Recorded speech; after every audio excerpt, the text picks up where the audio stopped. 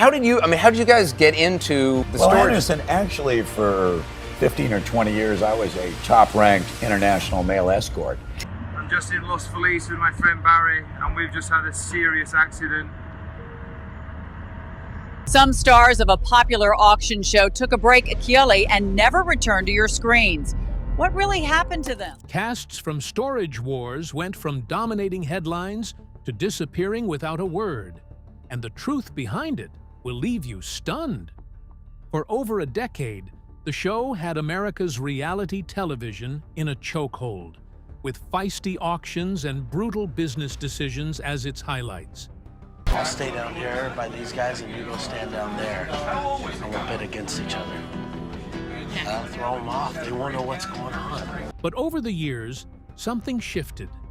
Fans began to notice unexplained absences, leaving a trail of unanswered questions in its wake. What really happened to these cast members? Are there any truths behind the scenes? Join us as we unmask the truth about these Storage War stars. Barry Weiss, Storage Wars classic star. Barry came on the show as the classic rich old dude who had peaked in his life achievements and was now looking for more fun.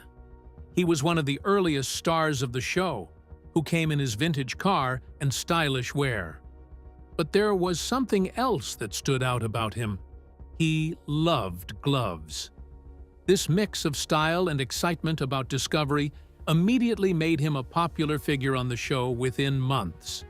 Fans quickly noticed he had a refined palate for discovery, seeing how much he would rather discuss the history of a jukebox or a timepiece from the Nazi era than really care about how much money he needed to invest in buying the locker, quickly making him a fan favorite and an unmissable figure on the show. Fast forward to 2013, and Barry was no longer in his usual bidding wars for a locker or anywhere at all on television. This fantastic old head, who always had so much to say, was just missing from the screens with no explanation. To fans, that just didn't track. As expected, the rumors swelled around him, from bankruptcy to incarceration and a bout of sickness. When the rumors heated to a fever pitch, good old Barry stepped out in 2017, debunking the false claims, telling fans he decided to leave the franchise because he had just about had enough. "I wanted to leave while it was still popular," he added. But in addition to taking this long hiatus from the show, Barry was involved in a motorcycle crash in 2019, suffering leg and chest traumas that had him fighting for his life in surgery. Although he had left the franchise, fans of the franchise showcased real concerns, hoping to have the Storage Wars legend back on his feet in no time. But did fans ever feel so deeply about another Storage Wars cast? The super competitive Dave Hester. Unlike Barry, Dave's vibe on the show was completely daunting. He was fierce in negotiations and extremely competitive.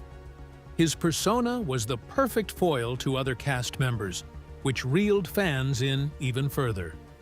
Over the years, America watched him enjoy the sound of his own voice, the ingenious devil in his devices, making himself out to be the smartest guy in the room. He was also that guy nearly everyone rooted against. But that didn't seem to bother Dave. Somehow, in a reality show, where there are no scripted heroes and villains, he made himself some sort of anti-hero. Sometimes, he outbid a rival for a locker with just $1, showing them how close they came and how it just wasn't enough. At first, he was fired from the show in season 4 when he sued the series producers, claiming that they often planted lockers in strategic units just for show, which was obviously against everything the franchise stood for. Although he lost the battle, the show brought him back in season 5. But why exactly did he have to leave again? Although he wasn't the nicest guy in the room, no one could miss him. Consequently, when he had to leave the show without a goodbye, the edge he brought to the franchise left with him. This departure left a gaping hole in the heart of the show, and the fans filled it with questions. Where is Dave this time? What happened to Storage Wars' most competitive persona? The answers were out there, but they weighed just as heavily as Dave's on-screen personality. He had suffered a hemorrhagic stroke in November 2018, forcing him out of the show until 2023.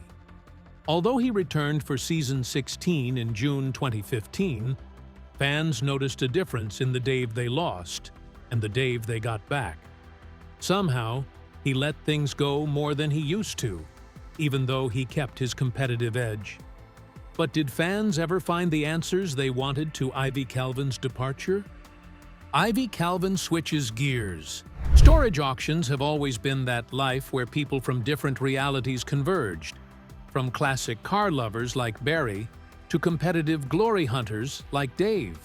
However, what no one expected to see was a 6'5" ex-football player and former mixed martial artist rummaging through abandoned lockers, looking for the best deal, and that was Ivy Calvin's forte. He walked into every auction with the confidence of a man who had been in different types of careers. He was no newbie at negotiating contracts or getting good deals, but a storage auction is a different ballgame. But to everyone's surprise, Ivy developed into an absolute storage locker genius, earning him the King of Palmdale nickname. He had finally endeared himself to the fans of the franchise, but for some reason, his dominating presence had started to shift away from the scenes. He made fewer frequent appearances, as he had been dealing with some serious health concerns behind the scenes. But not everyone had the chance to pull away on their own terms, did they? Fate overtakes choice. Storage Wars had all kinds of personalities that made the show diverse enough and, more importantly, always fun to watch. One of them was Daryl Sheets. The 67-year-old has been with the A&E franchise since it debuted in 2010, making him one of the oldest cast members on the show. He wasn't your regular storage auction bidder, who was almost too careful when making a bid. He was different.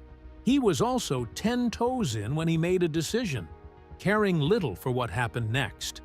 He was loud, near disruptive, and brought some serious energy that made anyone believe that there was always something valuable behind every locker he fought to have.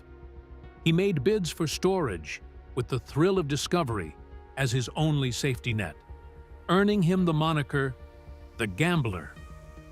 But what happens when a man who treats every auction like poker suddenly goes missing from the spotlight?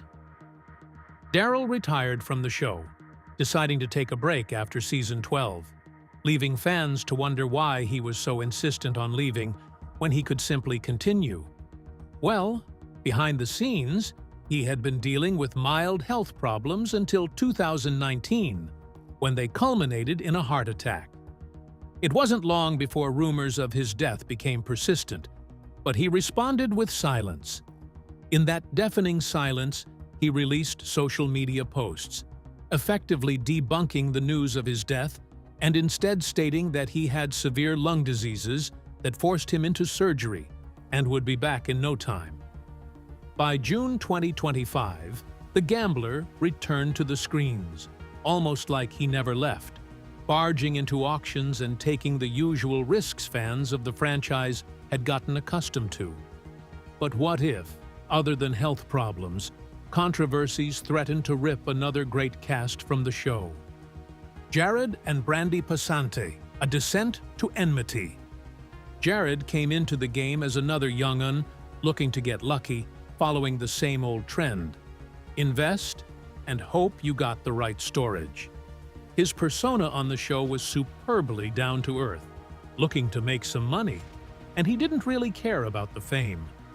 Obviously, having such a good head on his shoulders made him a fan favorite, and his dynamic relationship with Brandi Passante immediately skyrocketed his popularity. They were the dynamic duo, every fan's Lois and Clark, up until 2021, when everything changed. Although never married, Jarrod and Brandi had 2 kids while they continued to appear together on the show. While they are constantly bickering about a storage unit, one of them decides to buy it, and the other rebels against it. But it all fell off the cliff in 2021 when Jarrod was charged with 1 count of misdemeanor domestic violence battery against Brandi at an Orange County bar. But here is where it gets interesting. Brandi suddenly appeared by herself on the show, with no sign of Jarrod since 2021, the same year he was charged with domestic violence, and it has remained the case until 2026.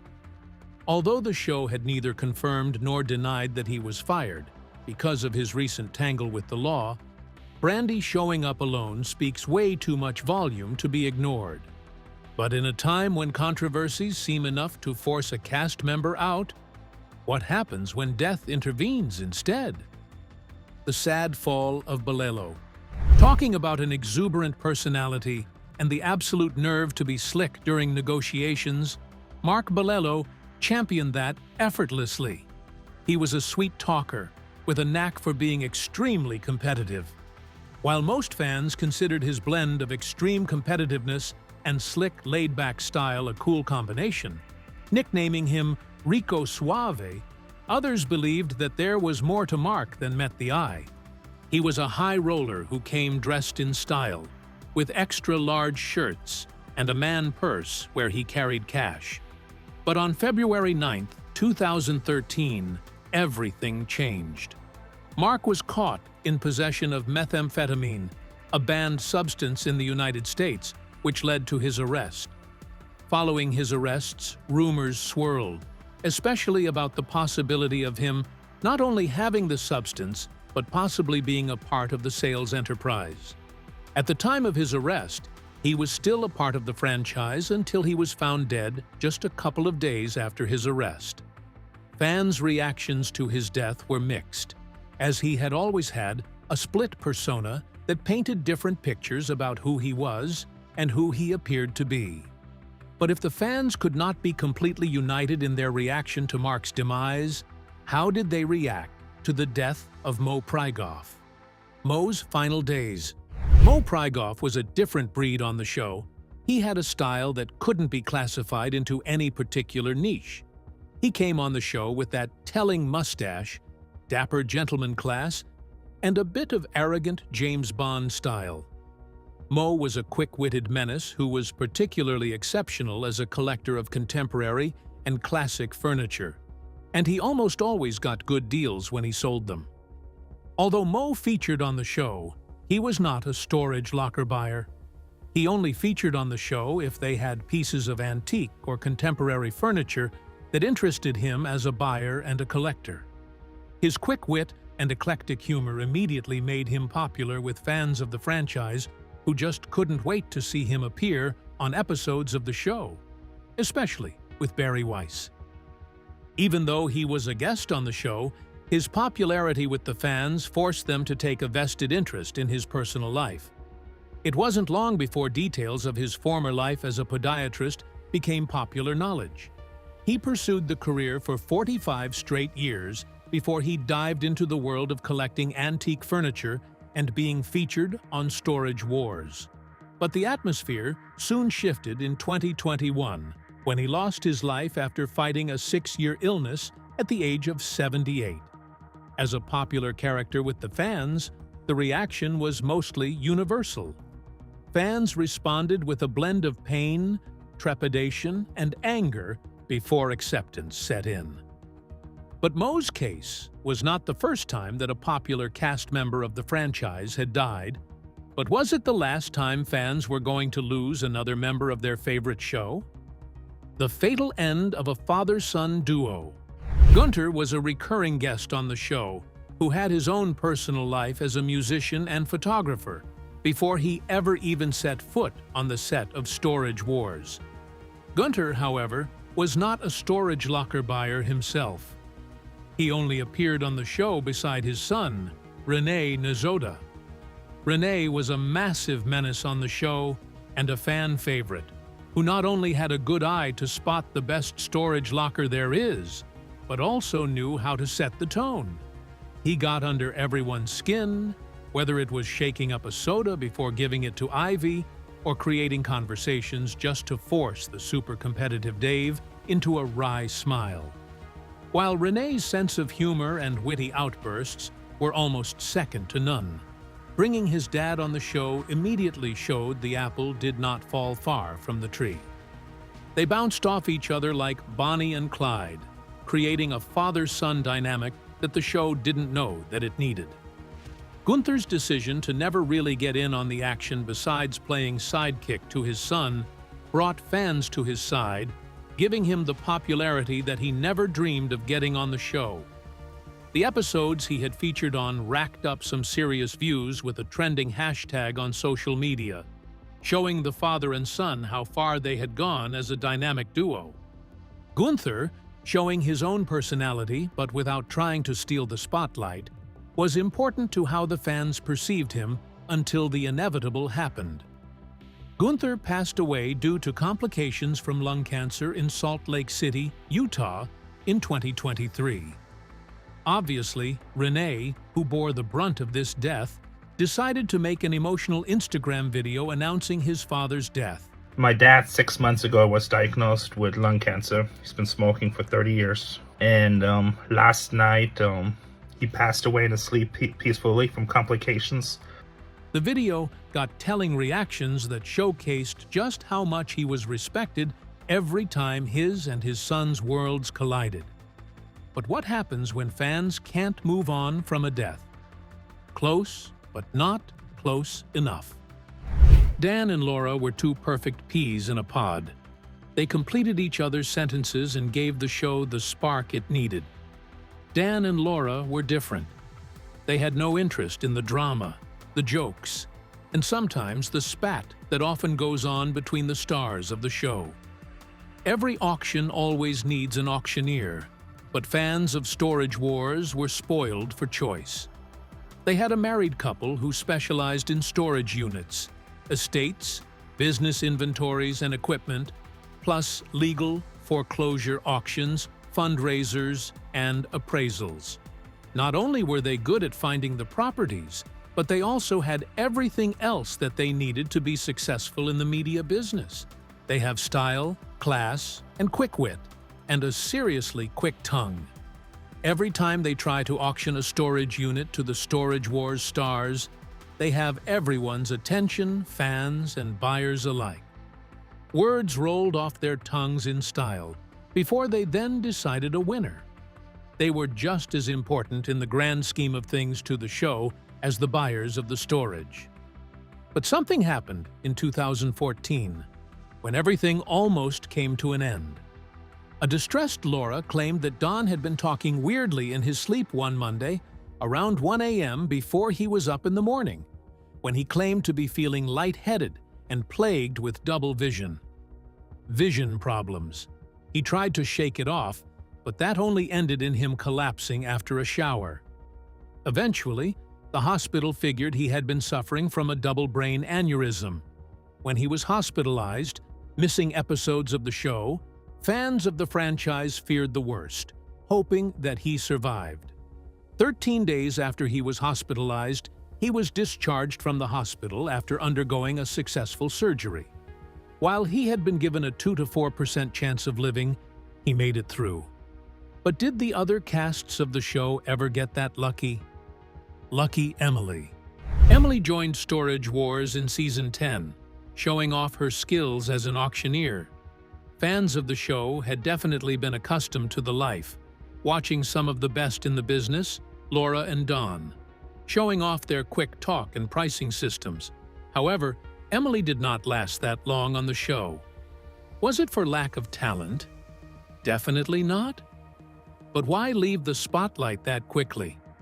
Was her next step really worth that trouble? Sources close to her believe that her decision came from a position of strength, leaving the spotlight to get married and simply moving on to a more private life that did not require the presence of the cameras in her face all the time. She chose peace over the constant cross-examination that came from fans and even other stars on the show. But aside from Emily, Was anyone else bold enough to step away from the spotlight, regardless of the rumors that might follow? A night in dusty storages. Kenny was not the type to simply dilly-dally on his achievements or stick to winning a bid on a storage locker. That was most likely a Dave Hester thing. He liked to joke around, have some fun, and make sure everyone wasn't just focused on the business without having some type of rapport. To some, it seemed counterintuitive because he used to be in law enforcement.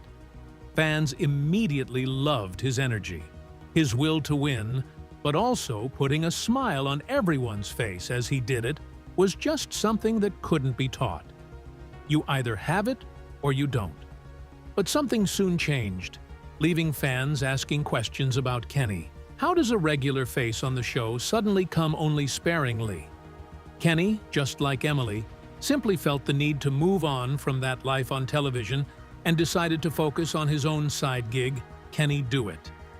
In contrast, some left this show because they were forced to, whether because of a tango with the law or the cold hands of death. Some truly pulled out on their own accord. But regardless of these back and forths, the franchise waxes stronger. Do you think more people might pull out of the franchise anytime soon? Could there be any truth to rumors of the show coming to an end after 2026? Share your thoughts with us in the comments section. Remember to like, share, and subscribe for more. Also, click the next video showing on your screen. You will enjoy it.